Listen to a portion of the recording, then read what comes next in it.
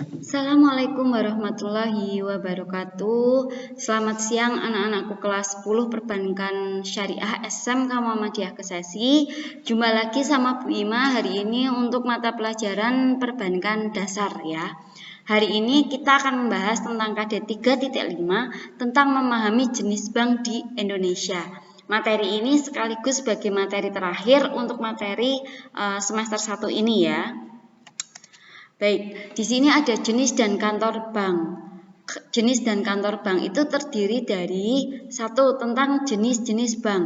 Jenis-jenis bank itu dibagi berdasarkan fungsi, kepemilikan, status, dan cara menentukan harga. Itu jenis-jenis bank ya. Sedangkan untuk jenis kantor banknya itu dibagi menjadi kantor pusat, kantor cabang penuh, kantor cabang pembantu, dan kantor kas ya. Kita akan membahas ini hari ini. Baik, jenis bank berdasarkan fungsinya. Yang pertama itu ya. Di sini ada 3, yaitu bank sentral, bank umum, dan BPR. Penjelasannya silakan kalian baca, tapi di sini Bu Ima titik poinkan bahwa bank sentral di Indonesia itu adalah Bank Indonesia, itu contoh bank sentral. Dan memang hanya ada satu di Indonesia bank sentral itu yaitu Bank Indonesia. Sedangkan di sini ada bank umum. Bank umum itu contohnya seperti apa sih? Ya kayak BNI, BRI, BCA, Niaga, dan masih banyak lainnya itu merupakan bank umum ya. Di mana bank yang menawarkan berbagai layanan produk dan jasa, itu namanya bank umum.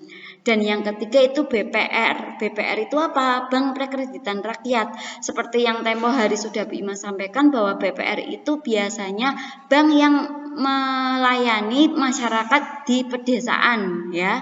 Makanya di sini BPR itu Bank Perkreditan Rakyat yang melayani masyarakat di pedesaan. Nah, itu jadi jenis bank berdasarkan fungsinya itu ada 3, bank sentral, bank umum, dan BPR ya. Paham ya sampai sini. Nah, yang kedua jenis bank berdasarkan kepemilikannya. Di sini ada bank milik pemerintah, bank milik swasta nasional, bank milik koperasi, bank milik campuran, dan bank milik asing. Penjelasannya kalian bisa baca ya di sini. Nah, untuk menambah materi kalian silahkan cari contoh-contoh dari masing-masing bank tersebut ya. Kalau bank milik pemerintah contohnya di sini apa? Berarti ya kayak BRI itu bisa ya. Itu juga termasuk bank pemerintah, misalnya kayak BRI, kemudian Bank Mandiri itu bank milik pemerintah. Nah, itu contohnya. Sekarang kalau bank swasta nasional, contohnya apa?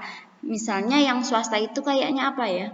Bank Muamalat, kemudian ada Bank Danamon, itu juga milik swasta nasional. Kemudian ada BCA juga milik nasional ya. Jadi Bu Ima ulang kembali bahwa yang dimaksud contoh bank milik pemerintah itu contohnya BRI, BNI, Bank Mandiri, BTN itu. Nah, kalau milik swasta nasional contohnya BCA, Bank Muamalat, kemudian ada Danamon ya. Itu. Kemudian di sini bank koperasi contohnya Bukopin itu bisa Bukopin ya.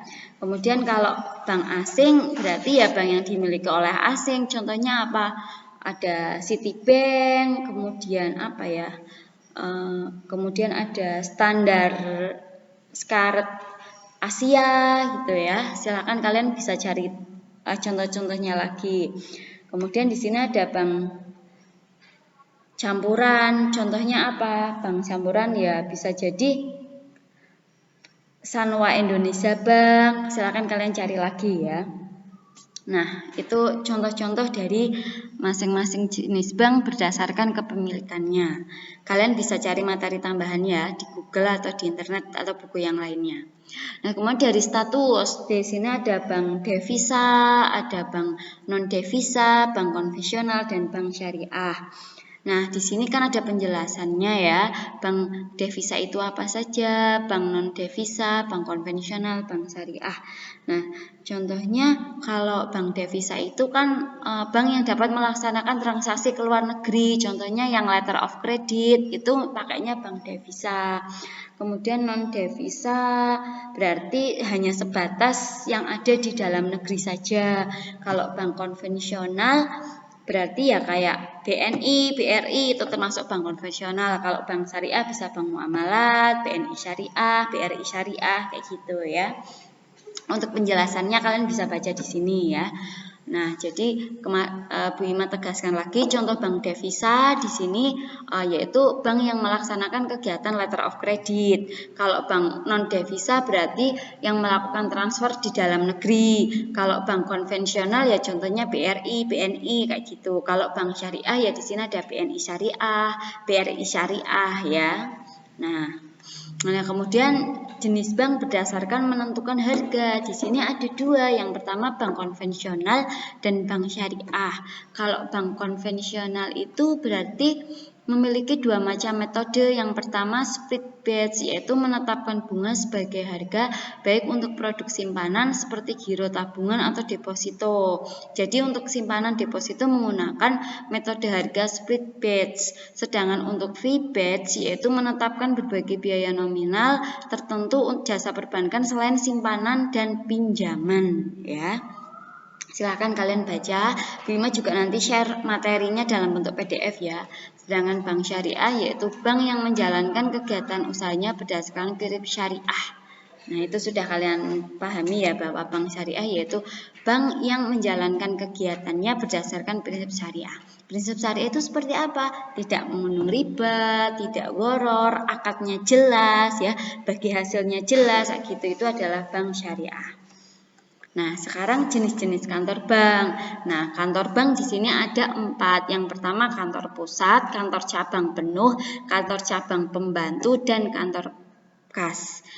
Penjelasannya bisa kalian baca. Dan di sini yang Bu Ima tekankan bahwa kantor pusat itu tidak melakukan kegiatan penarikan atau menarik simpanan ya. Jadi kantor pusat itu tugasnya apa? Hanya mengkoordinir pengawasan terhadap kantor cabang penuh. Segala kebijakan untuk kantor cabang penuh itu yang membuat kantor pusat. Sedangkan kantor cabang penuh itu ialah kantor yang melaksanakan kegiatan penarikan, penabungan, simpanan, pinjaman, itu semuanya di kantor cabang penuh. Sedangkan kantor cabang pembantu itu fungsinya membantu kantor cabang penuh melaksanakan kegiatan yang sama. Tetapi kantor cabang pembantu ini bisa berubah menjadi kantor cabang penuh apabila telah mendapat izin dari kantor pusat dan sudah sesuai dengan syarat-syarat yang dapat memenuhi kriteria menjadi kantor cabang penuh. Nah, sedangkan kantor kas itu ya di situ hanya ada teller dan kasir. Jadi di kantor kas itu tidak bisa melakukan penarikan uang. Di situ hanya berfungsi untuk melakukan hanya untuk pengumpulan dana saja. Ya, Bu Ima ulangi ya. Kantor pusat itu tidak melakukan kegiatan penarikan, simpanan, atau menabung, itu tidak. Tetapi fungsi kantor pusat itu ialah melakukan perencanaan, kemudian memberikan arahan atau mengambil kebijakan untuk kantor cabang penuh ya. Jadi segala kegiatannya kantor cabang penuh itu diatur oleh kantor pusat. Jadi yang memberikan peraturan itu kantor pusat. Sedangkan kantor cabang penuh itu yaitu kantor yang di mana bisa melakukan penarikan, simpanan, pinjaman, dan lain sebagainya.